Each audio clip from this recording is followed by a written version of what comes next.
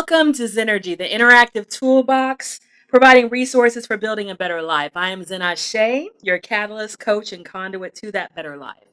A catalyst, a coach, draws out hidden potential within a subject.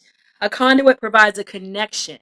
The amazing thing about human beings is we become our 4 foot, 5 foot, 6 foot selves from a microscopic seed and egg.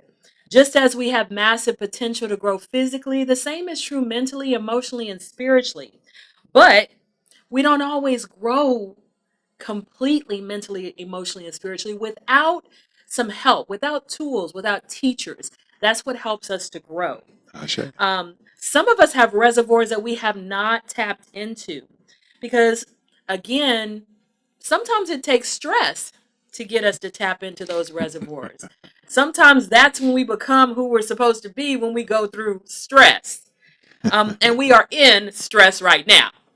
But stress can be a positive, it can lead to growth, or stress can be a negative. So this show is about, in the middle of stress, giving you some different food for thought, some different interviews, some different insights that you can use to kind of challenge yourself, to think about things differently, and to just grow. So as your Zennurgy catalyst, that's my job. That's my goal. That's my mission, to connect you with all kind of tools. It might be a meme on Facebook. It might be a video I show you. It's definitely going to be interviews, merchandise. I have articles out. I have books out. So if you look over there on the wall, which you'll be able to see from the video, my link tree is over there. I'm going to talk a little bit about my merch in a little while, so you can go to the website and you can buy merchandise, because we need triggers. We need to look at things that remind us of who we are. We need to surround ourselves with an environment that is affirming of who we are, because the environment that many of us naturally are in is not affirming. It tells us negative messages about ourselves. And so we actually have to seek out positive messages about ourselves. You may need to cut off some groups that you're in on Facebook because all they do is talk about Mhm. drama and mess. And you Yes. might need to seek out some more positive groups that are putting out positive messages. So, what you're exposing yourself to is critical, especially in times of stress. We need to care for ourselves. We need to um, invest in our mental and emotional health, because if you don't have that, you don't have anything. And your immune system is directly impacted by your mental and emotional health. This life, like Prince used to say, we are here. We are gathered together to get through this thing called life. Oh An yeah. electric word, life, that means forever, and that's a mighty long time. So, shouting out to our ancestor Prince, who gave us such beautiful music. He gave us that wisdom too, that we are here to get through this thing called life together, and that it's all about community. It's all about us sharing our resources, our wisdom, our insight, all these different things. So, once again, you can submit your questions, your comments, as the live is going. You can be chatting. We won't be able to see it until afterwards, but we definitely want you to, again, interact and get the most out of our conversation. So, we are students and we are teachers. We are those athletes in training, so we are here to grow. We are here to develop. And so that's what we want to do. And that is Zennurgy. So let's begin. Let's begin. So I already told you that Baba Fana is my teammate for today, and I'm going to give you a little bit of background on how we met. I am a poet, in case you didn't know. Yes. I was writing, I've been writing since elementary, probably, but I started performing about 3 years ago, and I went to an open mic at Capone's, and they had some wonderful musicians there. I was one of maybe three poets that came to the open mic, and after the open mic, I had another show. So I was just going there just to really socialize. I mean, the art community is a beautiful community, and I always like to drop into new places and meet new people. And so when I was there, I was inviting some of the artists to come to my show afterwards. And Baba Fanad took me up on that offer, and he took a saxophonist who was playing with him. They came over, and the saxophonist was the very first person on our roster. We just slid him in because he had already performed a whole show. And Baba Fanad stayed there for the whole show, just amazed me, stayed there, played drums on the stage for us the whole show behind all the artists. And it was just a great electric experience. And he had given me his number, because we were just trying to make sure we didn't get lost in going from one venue to the other. And then he started to invite me to what he called Conversations in African Culture and History. And it was at the Shrine of the Black Madonna. Now, I don't know about the people out in the audience, but I was raised Catholic and then became a non-denominational Christian. And I was kind of taught to look at everything with the word shrine in it as kind of out there or not Christian or all of those kind of things. And even though I moved away from the church, I still had some of those stigmas or prejudices or boundaries. And so it took me probably about 4 or 5 invitations before I actually showed up. And then when I did show up, I was so mad at myself, actually, because I came into the building, the Shrine of the Black Madonna, and there was such beautiful artwork. There was such a beautiful spirit there. I told my son the other day, when I would go to the Christian church, it felt like a building until people came in there and they started to pray and they started to worship. And then the energy began to fill the room. But when I walked into the shrine, there was really 3 people in the front room, and the energy was out it was already, when you first opened the door, when you first even got into the parking lot, you could feel almost like a sacredness to the space. And it was just a very, I came in and I did not feel like it was my first time. I felt like I was coming home, and I had never experienced it. I've been to lots of churches in my life, and they always say, "Oh, we want you to be family. We want you to feel like you're at home." I never felt that until maybe I got to know some people, but I literally felt like I was walking into a room of people that I had somehow met before, or I somehow knew from somewhere. It was just a feeling of familiarity. It was a feeling of warmth. It was just the energy in the room was just amazing. And then he began to talk about how Western culture had taken us away from our roots, and that it had caused us to be kind of in conflict with ourselves, and that we didn't have peace because we really weren't supposed to be brought up, and we weren't really supposed to live the way we were living. And one of the examples that I remember was he was talking about time. How, when you're at going to work and you show up 1 minute late, your boss might be like, ah! But in Ghana, he said, if you showed up a few minutes late, your boss would be like, well, why did you show up late?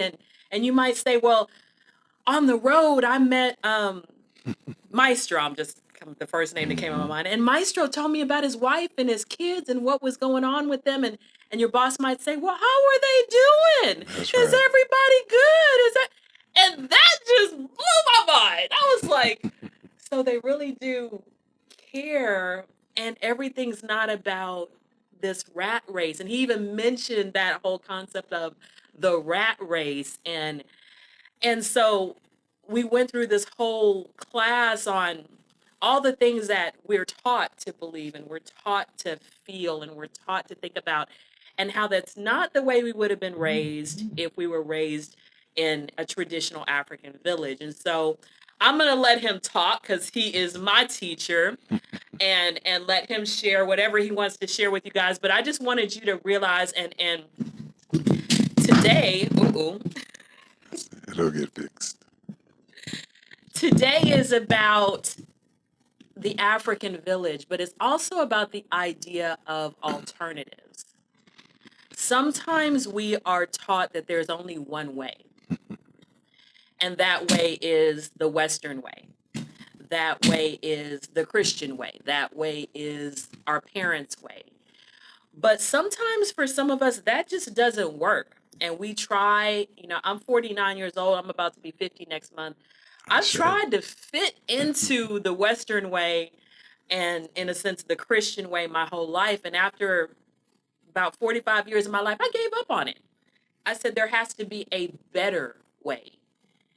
And, they say when the student is ready, the teacher will appear. appears. On that And note, teacher appeared I will appear. and began to teach me a better way. And I've had many teachers since then, but I wanted to let him talk about that better way, about that Afrocentric village mentality that gives us more peace and gives us more harmony with ourselves and with our people.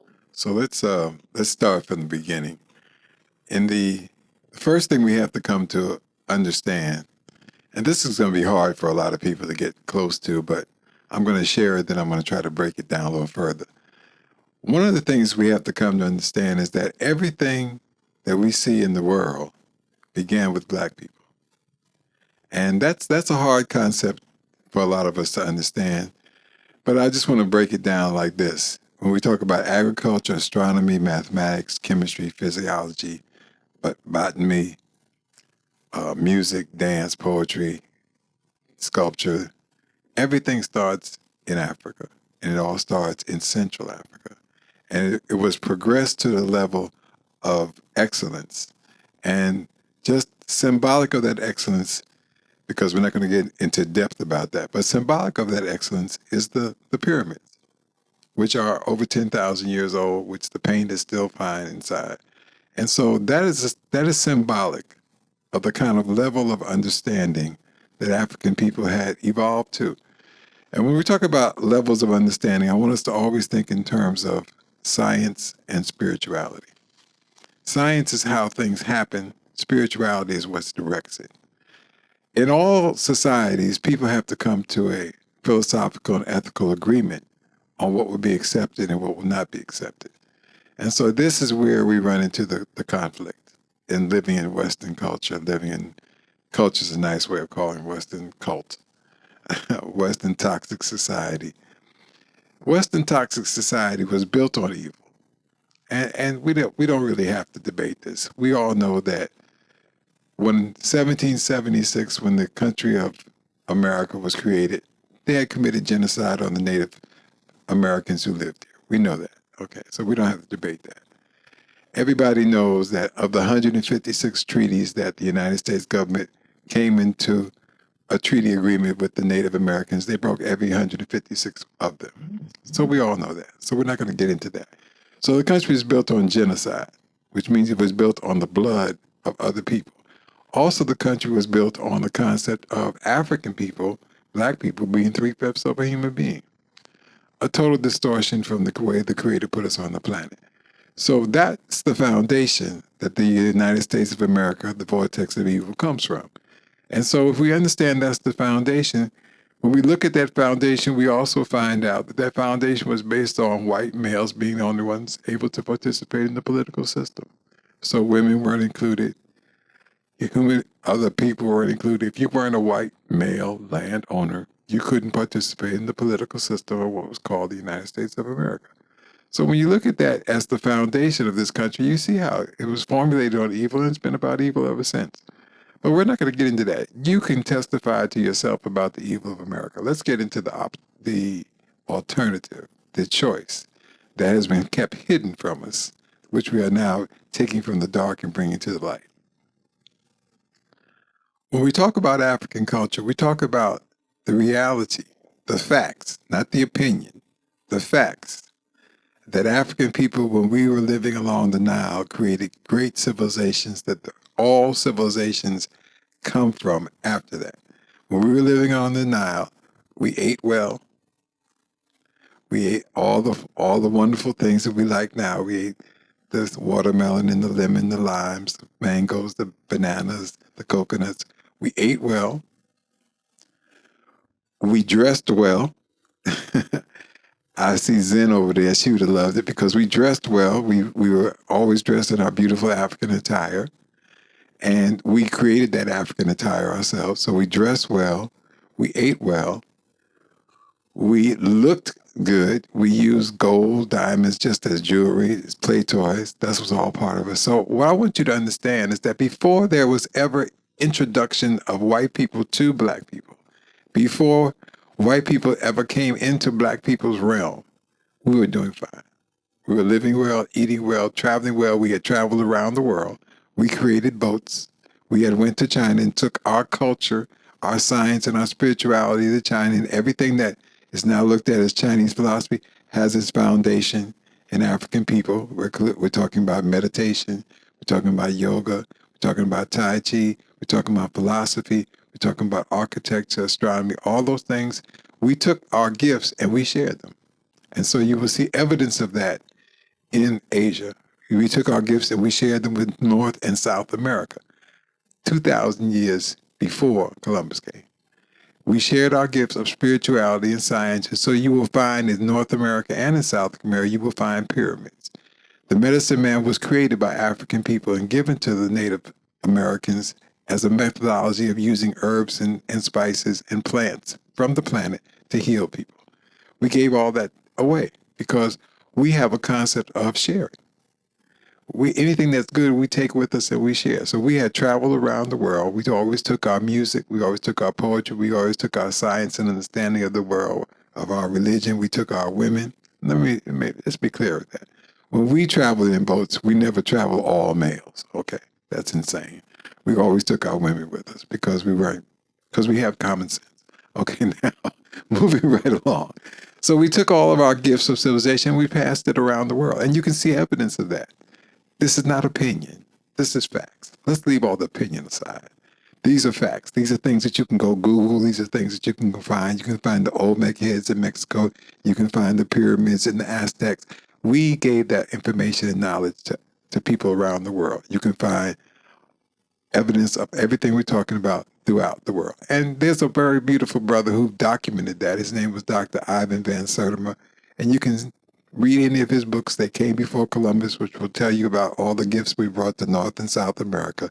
You can read the books that he wrote on the African influence in Asia, and you can find out how we brought martial arts and all those good things to everybody on that side of the planet. So understanding that, if you have that as your foundation, we have to say, okay, let's look at today. How do we function today in such a abnormal kind of way? Because we have lost track of who we are, and now we're getting it back. And so what we're talking about is we are bringing the renaissance, the rebirth of the African culture back to ourselves and to our people. And when we talk about the African culture, it's based on this first fundamental thing. African culture is based on a correct relationship with the creator of the universe, a correct relationship with nature, which we are a part of, and a correct relationship with community, which is people. So it's about creating a correct relationship with the creator, with nature, and with people. In that relationship, each one of us has a purpose, and our purpose is always the same. Our purpose of being on the planet as humans is to bring beauty, harmony, and communion to the planet. That's our purpose. Now, the gifts and talents and abilities that we have allows us to do all the things that are connected to that, but that's our fundamental purpose, to bring beauty, harmony, and communion to the planet. So what we see is if our fundamental purpose is to bring beauty, harmony, and communion to the planet, and we're supposed to have a correct relationship with the creator, with nature, and with community, then that puts us in direct opposite of Western culture. Direct opposite. Because Western culture is about manipulation, exploitation, possession, control, all kind of toxic things. And so to wrap that up quickly, because I can talk all day, but to wrap that up quickly, understand it like this. Western culture is founded upon evil. Evil deeds, evil acts, evil works. Don't go to evil looking for good. As my fellow ministerial people would say, never go to the devil for what God can give you. Don't think that there is nothing, and I want to be clear about this, there is nothing that Western culture can give you that is good. Everything that is good is already inside of you, and it's about bringing that back and letting that be the dominant force in our lives. There is nothing in Western culture of value. Nothing.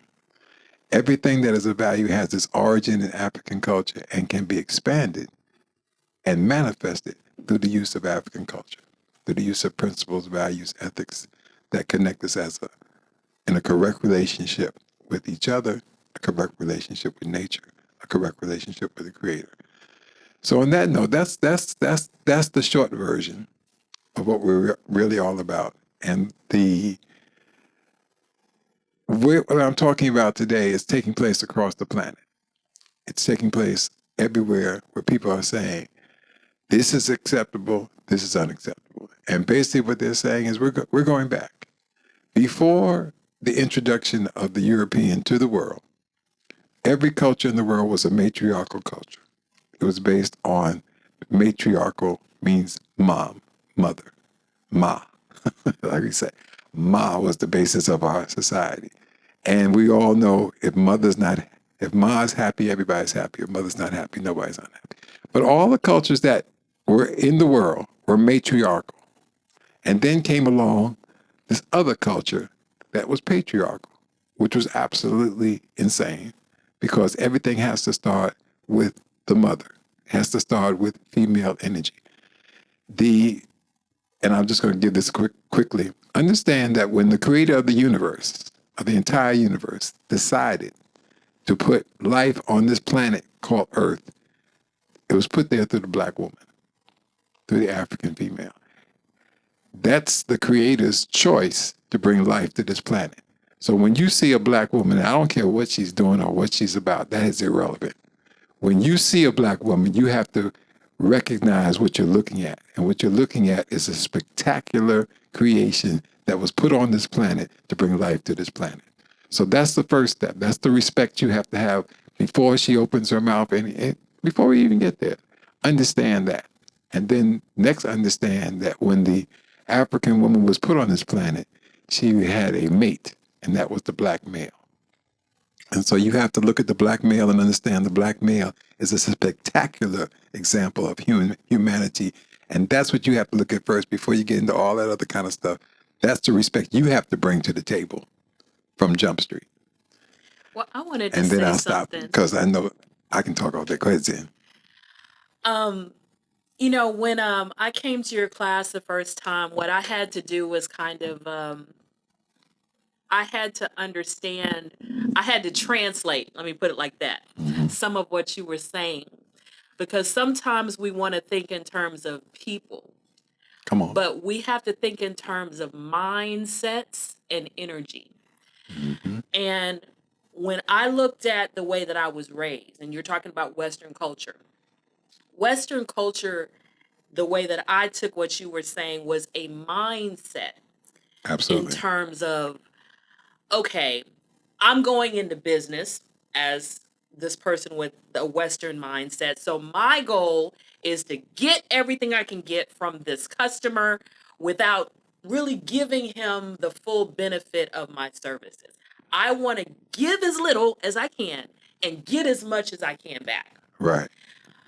And That that concept, that's the Western way. They have all kind of language to make it sound like it's okay.